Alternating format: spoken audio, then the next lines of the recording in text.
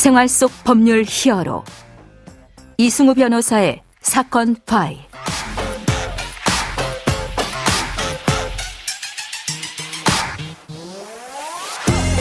안녕하세요. 이승우 변호사입니다. 각종 사건 사고에서 여러분을 구해드리겠습니다. 오늘 열어볼 사건 파일은 저작권 관련 사건입니다.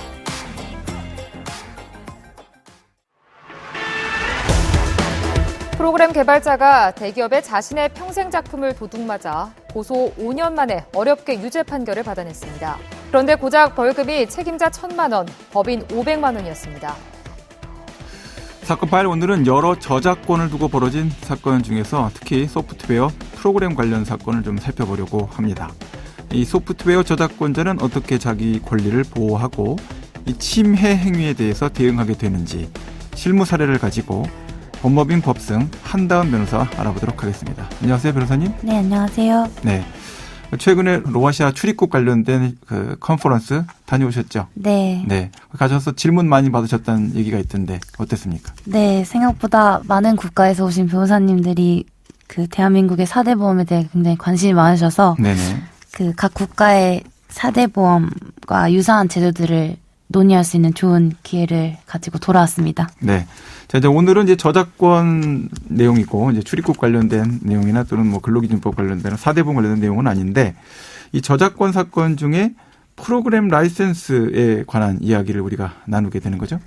네, 한국 소프트웨어 저작권 협회 2022년 불법 복제 소프트웨어 사용 제보 통계 조사에 따르면, 예. 2022년 제보 접수된 전체 762건의 불법 복제 프로그램 중 네. 237건이 일반 사무용 소프트웨어로 가장 높았고 설계형 소프트웨어가 188건, 예. 25%로 그 다음을 차지했고 운영체제 128건, 네. 그리고 그래픽 소프트웨어 116건, 기타 소프트웨어 등 순으로 그 프로그램 라이센스가 불법 복제되었다고 조사되었습니다. 네네. 그리고 업종별로 살펴보면 제조화학 업종이 전체의 26%인 104건으로 가장 높게 나타났고 예. 정보통신은 53건, 기계전자는 44건, 예. 건설, 교통 26건 등의 순으로 높게 나타났다고 합니다. 예. 이러한 소프트웨어 사용 비율은 산업이 고도화되면서 더욱 증가하고 있는 추세입니다. 네네. 불법 복제 사용 유형으로는 카피본을 직접 구입하거나 크랙 제품 등을 사용하는 형태인 정품 미보유 사례, 그리고 초과 사용 등의 라이센스 위반 사례가 있습니다. 네네.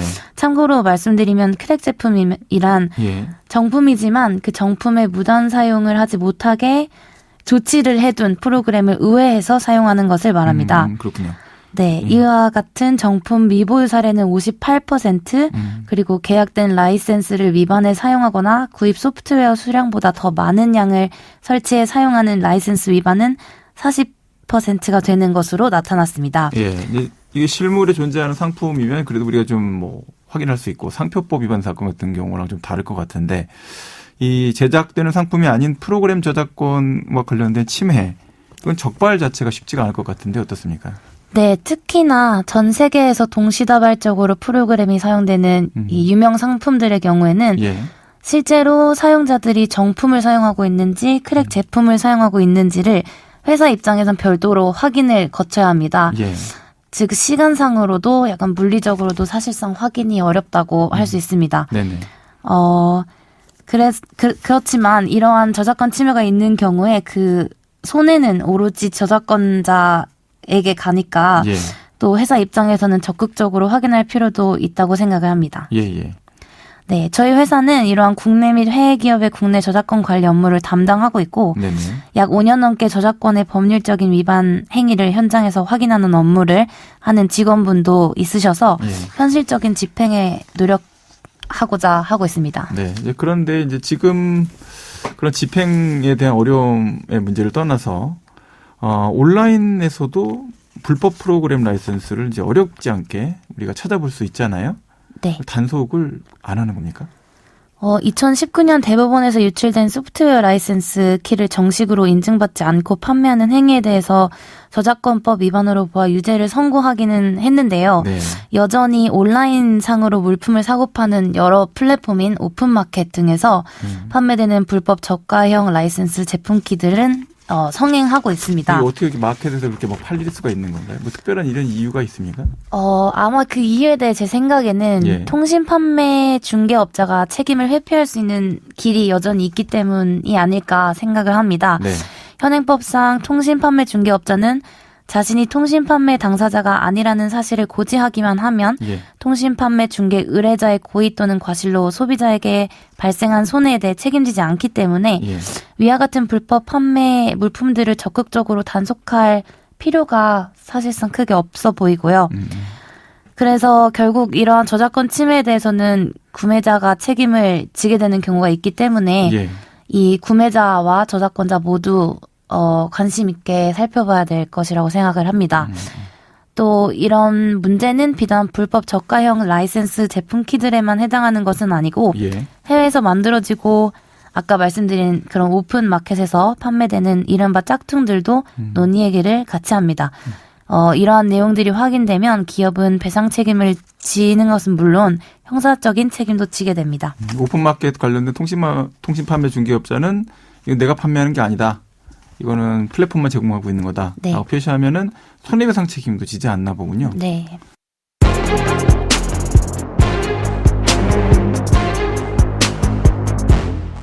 네. 이 저작권 침해와 관련된 여러 가지 일들이 계속 반복해서 이어지는 게 혹시 형사적인 처벌 또는 민사적인 배상 책임 이게 약해서 그런 게 아닐까 이런 생각도 좀 드는데요.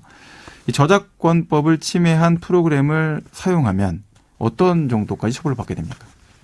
국내 저작권법 위반에 따른 조항을 말씀드리면 저작권법 제123조는 저작권 침해 행위에 대한 침해금지 청구권을 그리고 저작권법 제125조는 손해배상 청구권을 부여해서 권리자의 대응이 가능하도록 하고 있습니다. 예. 또 법 제136조는 저작권 침해 행위에 대한 징역형 또는 벌금형 등의 형사상 처벌이 가능하다는 점을 명시해서 침해 행위를 규제하고 있습니다. 법정형이 얼마나 되나요? 두 가지가 있는데요. 상황에 따라 다르지만 예. 5년 이하 및 벌금 5천 이하가 예. 있고 또는 예. 3년 이하 및 3천만 원 이하의 벌금형이 처해질 수 있습니다. 네네. 그 외에도 이 우리나라 저작권법에도 몰수와 관련된 그런 법 조항을 두고 있는데요. 예. EU와의 FTA 제10.60조에 따르면 예. 위법행위에 대하여 각 당사자는 자신의 권한 있는 당국이 모든 상표 위조 상품 또는 저작권 불법 복제 상품과 예. 상표 위조 상품 또는 저작권 불법 복제 상품의 제작에 주로 사용된 재료 및 도구 그리고 침해 행위에 기인하거나 침해 행위를 통해 직접적 또는 간접적으로 획득된 자산의 몰수 및 폐기를 명할 수 있다고 규정하고 있습니다. 예. 동일한 내용은 미국에서도 비슷하게 규정이 되어 있고요. 예. 우리나라 저작권법에서도 이와 같은 내용을 받아들여 제139조에 저작권 그 밖에 이 법에 따라 보호되는 권리를 침해하여 만들어진 복제물과 그 복제물의 제작에 주로 사용된 도구나 재료 중 그 침해자, 인쇄자, 배포자 또는 공연자의 소유에 속하는 것은 몰수한다고 규정하고 있습니다. 예.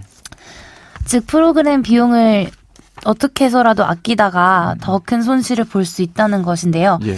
이러한 문제들은 하청이 많은 직역에서 주로 발생을 합니다. 네네. 하청에 대해 조금 더 말씀드리면 예. 하청의 경우에는 규모가 상대적으로 작다 보니 모든 프로그램들을 정품으로 구매하지 않고 그 업체를 운영하는 경우가 종종 있습니다. 예. 원청에서는 하청업체 측에서 정품 프로그램을 사용하여 물품을 만드는지 여부까지 확인을 할 수 없기 때문에 예. 추후 문제 적발되었을 때 그 잘잘못을 가리는 것도 문제가 될 여지가 있습니다. 예. 원청에서 이제 하청의 이 저작권 침해와 관련된 소프트웨어 사용 이런 문제에 대해서는 좀 더 관심을 갖고 관여를 할 필요가 있다. 네, 이런 그렇습니다. 말씀이죠? 네, 맞습니다. 네. 또 문제가 생기지 않으면 좋겠지만 문제가 생기는 경우에 저작권을 침해하였다고 연락을 받았다면 저작권 측의 대리인과 원활한 합의를 진행하는 것이 향후 발생할 수 있는 리스크를 감소시킬 수 있겠습니다. 네. 지금까지 한다은 변호사와 함께했습니다. 오늘 말씀 고맙습니다. 감사합니다. 네. 생활 속 법률 히어로 이승우 변호사였습니다. 내일도 사건에서 여러분들을 구해드릴 사건 파일 함께 열겠습니다.